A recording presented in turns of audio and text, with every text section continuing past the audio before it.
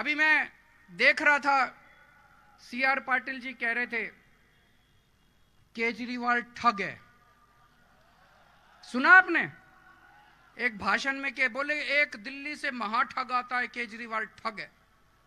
मैं आपसे पूछना चाहता हूं, मैं ठग हूं? मैं आपसे पूछना चाहता हूं कि कोई ठग सरकारी स्कूल ठीक करता है? कोई ठग बच्चों की शिक्षा की बात करता है? कोई ठग लोगों के अस्पताल की बात करता है? कोई ठग लोगों को अच्छी शिक्षा देने की बात? मैं आपको ठग नजर आता हूं? मैं आपसे पूछे, जिन जिन लोगों को लगता है केजरीवाल ठग है, हाथ खड़े करें। जिन जिन लोगों को लगता है सीआर पाटिल ठग है, हाथ खड़े करें। ये कैमरे वाले जरा दिखा दें, जरा मोड़ दें कैमरे वाले और दिखा दें कि सीआर पाटिल के बारे में गुजरात की जनता क्या सोचती है। जिन जिन लोगों को लगता है कि सीआर पाटिल ठग है, हाथ खड़े करें जोर से।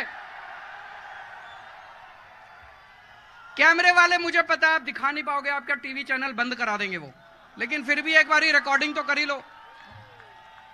भारतीय जनता पार्टी अमीरों की पार्टी है। अमीरों के लिए बड़े बड़े स्कूल बना देंगे, महंगे महंगे स्कूल बना देंगे, शानदार स्कूल बना देंगे। मैं सीआर पाटिल जी से पूछना चाहता हूं, 27 साल में आपने गरीबों के लिए कितने स्कूल बनाए? मैं सीआर पाटिल जी से पूछना चाहता हूं, अपने आम आदमी और मिडिल क्लास वालों के लिए कितने स्कूल बनाए?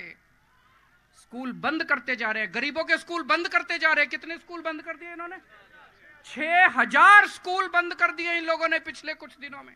गरीबों के स्कूल बंद करते जा रहे हो, अमीरों के स्कूल खुलते जा रहे हैं।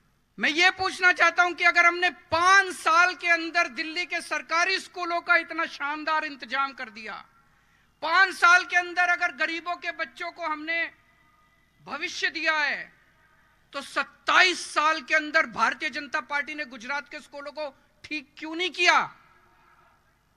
27 साल के अंदर भारतीय जनता पार्टी ने गुजरात के सरकारी स्कूलों को ठीक क्यों नहीं किया? क्योंकि उनकी इच्छा ही नहीं थी ठीक करने की। वो कभी करना ही नहीं चाहते थे।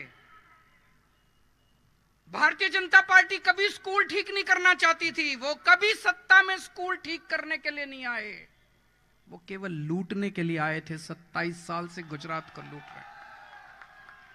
27 साल से गुजरात को लूट रहे हैं। वो केवल और केवल लूटने के लिए आते हैं। अभी एक कांग्रेस का बहुत बड़ा नेता हमारी पार्टी ज्वाइन करना चाहता था। बीजेपी वालों को पता चल गया, बात लीक हो गई, तो बीजेपी वालों का उसके पास फोन आया, बोले खबरदार आम आदमी पार्टी में गया तो कांग्रेस में ही रहे। बीजेपी वाले उसको कह रहे हैं कांग्रेस में ही रहे। तो उसने कहा कि कांग्रेस में रहूं क्यों? बोले नहीं, कांग्रेस हमारी छोटी बहन है। तो ये जो भाई बहन का प्रेम है, ये इसने गुजरात को बर्बाद कर दिया। अब इन दोनों भाई और बहन दोनों को हटाओ और आम आदमी पार्टी की सरकार लेके आओ। आजकल गुजरात के गांव-गांव के अंदर, घर घर के अंदर आम आदमी पार्टी की चर्चा हो रही है। पिछले 2-3 महीनों में मेरा भी कई बार आना हुआ। हमारे कार्यकर्ता भी गांव-गांव में जा रहे हैं, घर घर में जा रहे हैं। चारों तरफ आम आदमी पार्टी की चर्चा है। मुझे दिल्ली के लोग खूब प्यार करते हैं, पंजाब के लोग खूब प्यार करते हैं, और मुझे बेहद खुशी कि अब गुजरात के लोग भी मुझे खूब प्यार करने लगे हैं।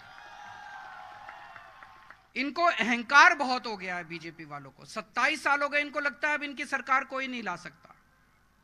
मेरी आप सब लोगों से विनती है, कम से कम इनका अहंकार तोड़ने के लिए एक बार, इस बार आम आदमी पार्टी को वोट दे दीजिए। अगर हम अच्छा काम ना करें तो अगली बार आप इनको वोट दे देना।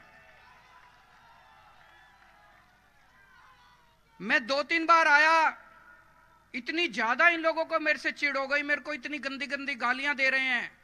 अब इन्होंने, हम गांव-गांव में जा रहे हैं हमारे कार्यकर्ता, इन्होंने हमारे एलईडी वैन तोड़ दी है। वो जो होती है ना प्रोजेक्शन वाली वैन जिस पे पिक्चर दिखाते हैं, वो हमारी वैन तोड़ दी। हमारे लोगों के ऊपर पिटाई कर रहे हैं। जगह जगह हमारे कार्यकर्ताओं की पिटाई कर रहे हैं। पाटिल साहब ये क्या है? ये तो अच्छी बात नहीं है। गुजरात के लोग तो बहुत अच्छे हैं, गुजरात के लोग ये पसंद नहीं करते। आप ऐसे चुनाव जीतना चाहते हो, इस तरह की गुंडागर्दी करके चुनाव जीतना चाहते हो, इस तरह की लफंगाई करके चुनाव जीतना चाहते हो, ये अच्छी बात नहीं है। मैं आपको आके ये कह रहा हूं कि मैंने दिल्ली में ऐसे कर दिया, मैंने स्कूल खोल दिया, मैंने अस्पताल खोल दिया, मैंने ये कर दिया, वो कर दिया। आप भी अपने काम बताओ। आप अपने काम क्यों नहीं बताते? कोई काम किए ही नहीं, 27 साल में कोई काम किए ही नहीं, इसीलिए डरा रहे हैं। डरा के धमका के इस तरह से ये चुनाव जीतना चाहते हैं। ये तो अच्छी चीज नहीं है, ये तो गलत चीज है। और मैंने सुना यहां पे पेपर बहुत फूटते हैं। फूटते हैं मतलब लीक होते हैं। मेरे को पता चला गुजराती में उसको फूटना कहते हैं, कि पेपर बहुत फूटते हैं, पेपर बहुत लीक होते हैं। मेरे को अभी लिस्ट दे रहे थे, इतनी सारी, ये इतने पेपर फूटे अभी तक। 2014 में जीपीएससी मुख्य अधिकारी का पेपर फूटा, 2015 में तलाटी परीक्षा लीक हो गई, 2016 में तलाटी सुरेंद्र नगर गांधीनगर परीक्षा लीक हो गई, 2018 में टीईटी शिक्षक योग्यता परीक्षा लीक हो गई, 2018 में मुख्य सेविका परीक्षा फूटा, 2018 में नायब चिटनीस, इतनी लंबी लिस्ट है। सारे पेपर फूट जाते हैं, सारे पेपर लीक हो जाते हैं। मैं पाटिल जी से कहना चाहता हूं, एक पेपर नहीं तुमसे ठीक से होते, तुम सरकार क्या चलाओगे? तुमसे एक पेपर नहीं होते, तुमसे एक पेपर ढंग से नहीं होते, पेपर का आयोजन ढंग से नहीं होता, तुम सरकार क्या चलाओगे? और मैं आपसे पूछना चाहता हूं, ये पेपर लीक कौन करवाता है? इसके पीछे कौन लोग हैं? कोई जेल नहीं जाता, किसी को जेल नहीं होती। पेपर फूटते हैं, फिर और पेपर फूटते। जनता, बच्चों का भविष्य खराब हो रहा है, बच्चों का भविष्य खराब हो रहा है। किस किस को पता है कि दिल्ली में बिजली फ्री मिलती है? बिजली फ्री चाहिए कि नहीं चाहिए? किस किस को चाहिए बिजली फ्री? ये बिजली फ्री नहीं देंगे आपको।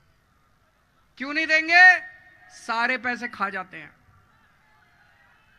बिजली फ्री देने वाली सरकार चाहिए कि पैसे खाने वाली सरकार चाहिए? फ्री देने वाली सरकार चाहिए तो आम आदमी पार्टी को लेके आओ, आम आदमी पार्टी को लेके आओ। 24 घंटे बिजली देंगे, फ्री बिजली देंगे। ये आपको कभी फ्री बिजली नहीं देंगे। गुजरात के बारे में चर्चा करते हैं। एक बूढ़ी अम्मा आई, आके मुझे धीरे से कान में बोलती है, बेटा अयोध्या के बारे में सुना है? मैंने कहा अयोध्या जानता हूं अम्मा, वही अयोध्या ना जहां पे श्री रामचंद्र जी का जन्म हुआ था? बोली हां वही अयोध्या। बोली बेटा गए हो वहां पे? मैंने कहा गया हूं, बहुत सुकून मिलता है, राम जन्मभूमि पे जाके बहुत सुकून मिलता है। बोली बेटा मैं बहुत गरीब हूं, गुजरात के एक कोने में एक गांव में रहती हूं, मेरा बड़ा मन है अयोध्या जाने का। मैंने कहा अम्मा आपको अयोध्या जरूर भेजेंगे, एसी ट्रेन से भेजेंगे, एसी होटल में ठहराएंगे, गुजरात के एक एक बुजुर्ग और एक एक माता को हम अयोध्या जी रामचंद्र जी के दर्शन कराएंगे। एक ही विनती है मां, मैंने कहा मां भगवान से प्रार्थना करो कि गुजरात में आम आदमी पार्टी की ईमानदार सरकार बने।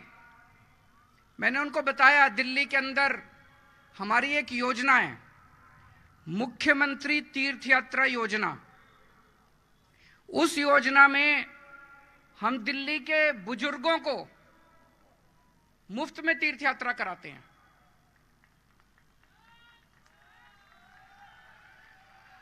हमारे बूढ़े माता पिता, बूढ़ी माँ, बूढ़े बुजुर्ग, उनको हम एसी ट्रेन में लेके जाते हैं, एसी होटल में ठहराते हैं, आना जाना खाना पीना सब मुफ्त।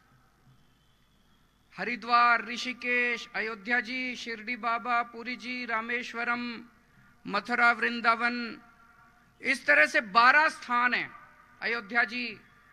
उन स्थानों पे हम तीर्थ यात्रा लेके जाते हैं। पिछले 3 साल में मैंने 50,000 बुजुर्गों को तीर्थ यात्रा कराई। 50,000 बुजुर्गों। तो मैंने अम्मा को बोला, मां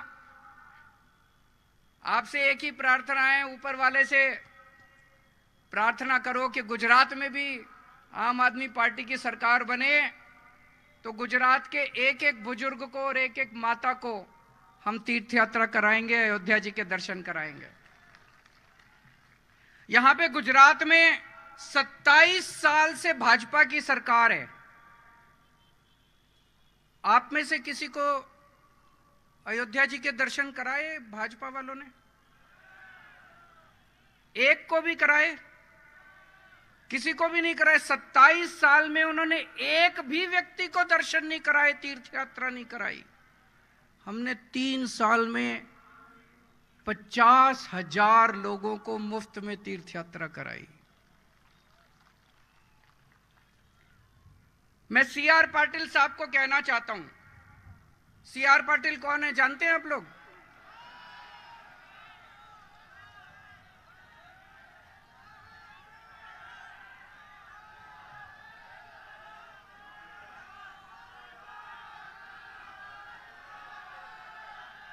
सीआर पाटिल गुजरात के भारतीय जनता पार्टी के अध्यक्ष हैं। ऐसा कहा जाता है, मुझे नहीं पता, लोग कहते हैं कि मुख्यमंत्री कोई भी बने, सरकार तो सीआर पाटिल ही चलाते हैं। ऐसा लोग कहते हैं, मुझे नहीं पता ऐसा है क्या कि सरकार तो सीआर पाटिल ही चलाते हैं। मैं पाटिल साहब को कहना चाहता हूं, पाटिल साहब आपने तो 27 साल में एक भी गुजरात के आदमी को तीर्थ यात्रा नहीं कराई। आम आदमी पार्टी की सरकार बन गई तो अगले 5 साल के अंदर गुजरात के सारी माताओं को और सारे बुजुर्गों को तीर्थ यात्रा करा देंगे।